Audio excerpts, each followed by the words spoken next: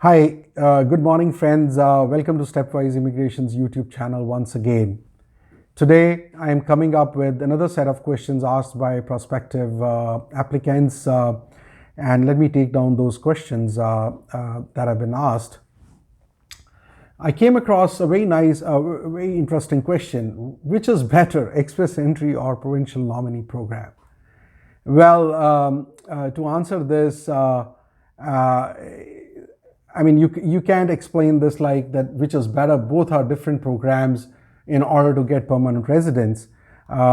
Express entry is a program that which is a federal program, and provincial nomination is a provincial-based immigration program. So a federal government has given some quota to every province to invite certain set of people as per their requirement of their particular province. So every province has a Ministry of Jobs, Employment and Economic Development, and that ministry basically governs the provincial nomination programs. And express entry is governed by Citizen and Immigration Canada. Many PNP programs also merge into express entry program.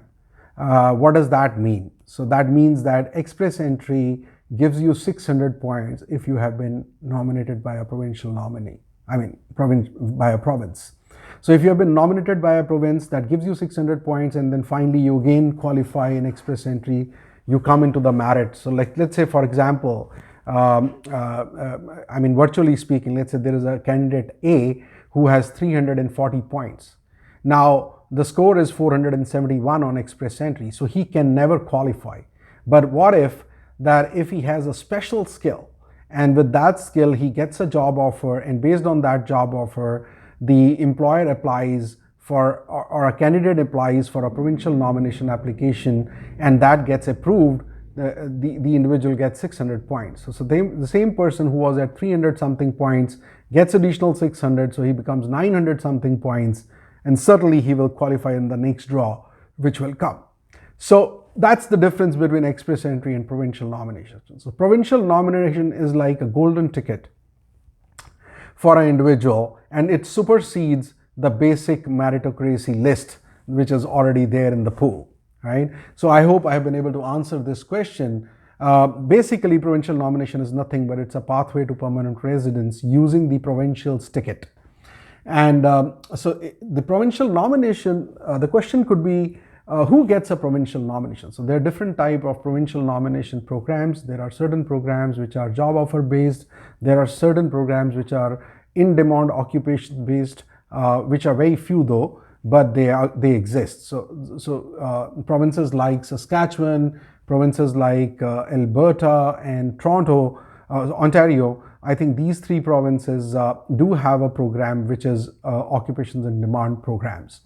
So if you want to qualify without a job offer, then these are the three provinces which you can look for. You can go to their websites and have a look at it. What is the occupations in demand programs? Because that's the one that you would be eligible for if you do not have a job offer.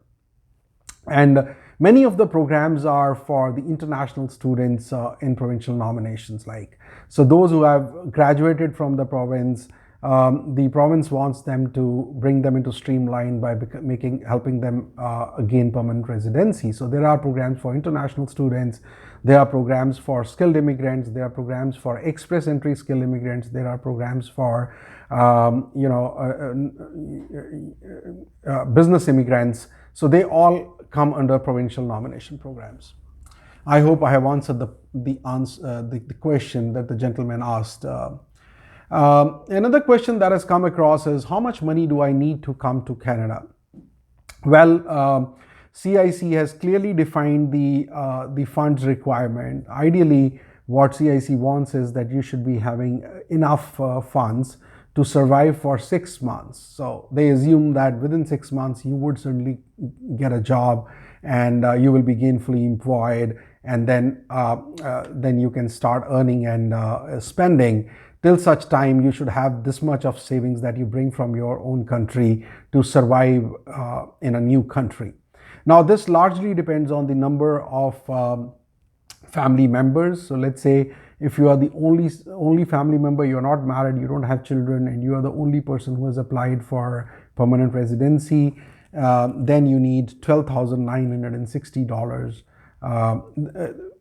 CIC considers that this is a sufficient money to survive for 6 months, even if you do not have a job. So similarly, so there is a table for if there is a family of 2, you don't have children yet, but you are husband and wife, then you need $16,135. These are all Canadian dollars. And if you are a family of 2 plus 1 kid, then you need $19,836. And if you are 2 husband and wife and 2 kids, then you need $24,083, and so on and so forth. So you will see if you want to have a look at it. Again, this is a question that we have answered in our blogs as well. You can have a look at Stepwise Immigration's website and go in the blogs and find out this question. Write down a simple question: how much money do I need to come to Canada? And you'll find the table there.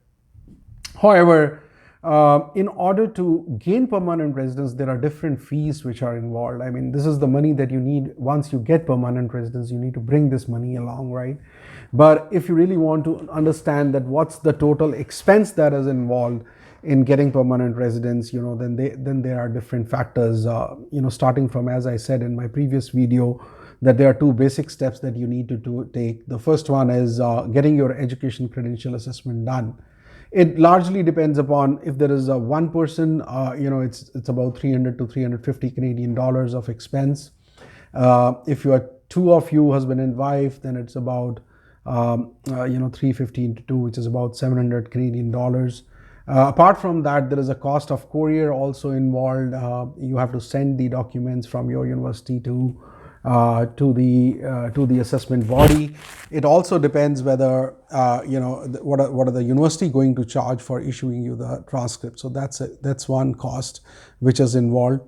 Apart from that, as I said, that you have to take the examination, which is IELTS examination. It costs about roughly 300 Canadian dollars again. And both of you, if you appear husband and wife, then it's about $600. That is where you need to assess your language ability. After that, I mean, if you want to do it yourself, you can certainly do Express Entry profile yourself, and you can apply it yourself. But if you want to hand it out to a professionals do charge in between 3,000 to 5,000 Canadian dollars to help you through the process, so that you can flawlessly qualify and flawlessly get through the permanent residence, the most desired permanent residence that you want.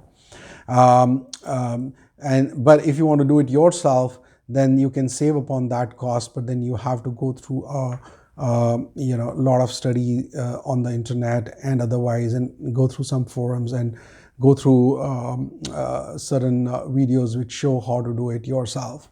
And then there is a processing fee which is involved, which is increasing from this 30th April. And initially it used to be $550 and $150 for the dependent child. And there was a lending fee of $490. And this is now increasing to, I think, $825 and $500. So $825 is the processing fee, and $500 is the landing fee. So it's $1,325 to be precise for an adult. And the dependent child's fees is growing from $150 to $225. So that's an additional cost that a person has to bear in order to come to Canada. Apart from that, there are biometric fees that you have to pay. For a family, it is $170.